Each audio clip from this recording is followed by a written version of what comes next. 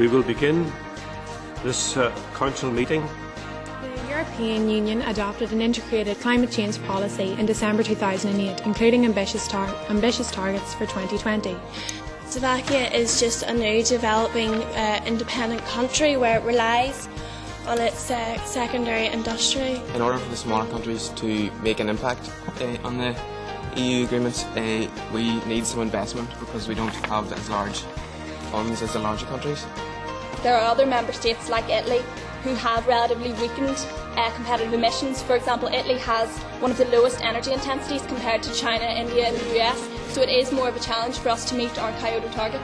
We understand the less developed countries' argument, but in fairness it is a global problem and we do need a global solution.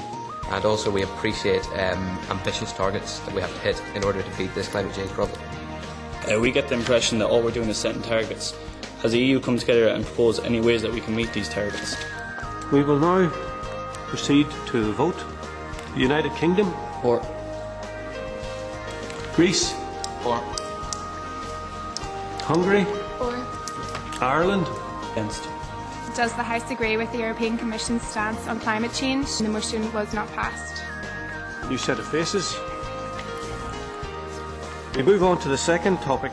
We believe that a more consistent approach is necessary, whereby all member states will have shared and equivalent responsibilities to help the EU gas market deal with an emergency wherever this arises.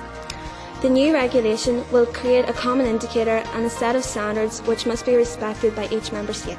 In 1976, Denmark was 100% or 99% reliant on gas from Russia and is now completely self-sufficient and is on its way to having 75% of its power from wind power and other renewable energy sources by 2025. Malta.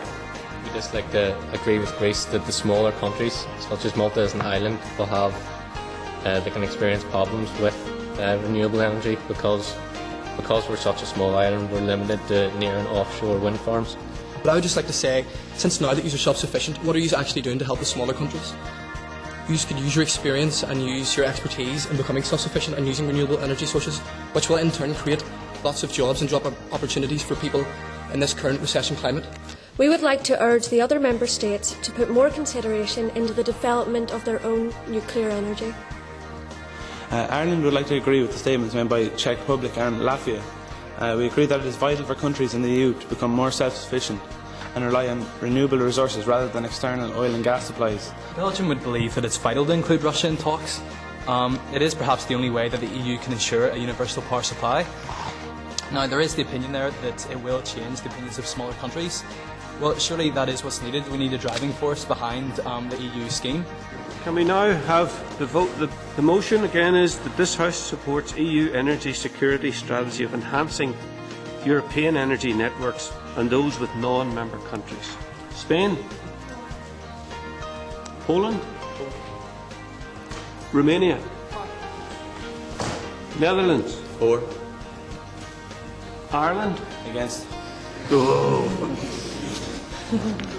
On the second issue of the Council voted in favour of the motion with a majority of 22 countries, using QMV 305 votes for the motion with 11 voting against. France abstained from the vote. The motion was carried.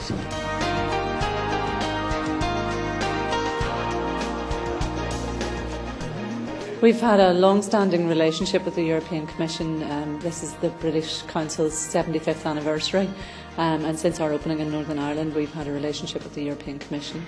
And what we do is we provide materials to all of the schools involved in advance. We have a European Resource Centre sitting within the British Council offices, and that is a facility and a resource for teachers and for students to access information about the European Union and better understanding of the European Union through the resources we have there. It went really well, and there was some good discussion going, so everybody was able to contribute, and yeah, it was good. There was a lot of topics raised and a lot of pressing issues that were raised, and it was good to hear, the young people's opinions and that we do have a say. It's our first time being at a mock council of the European Union with the British Council, so we've really enjoyed it. It's been a tremendous experience for our students. What I'm trying to do here is to show people here that decisions aren't made in Brussels. You hear that said often, decisions will be taken in Brussels. Well, a lot of decisions are taken in Brussels, but They're results of democratic processes. They're results of debates like today between Member States and the Council of Ministers. They're debates by elected representatives in the Parliament and the European Parliament. There has to be conciliation agreement between the Parliament and the Council of Ministers, and then decisions will be taken in the interest of all the citizens of Europe.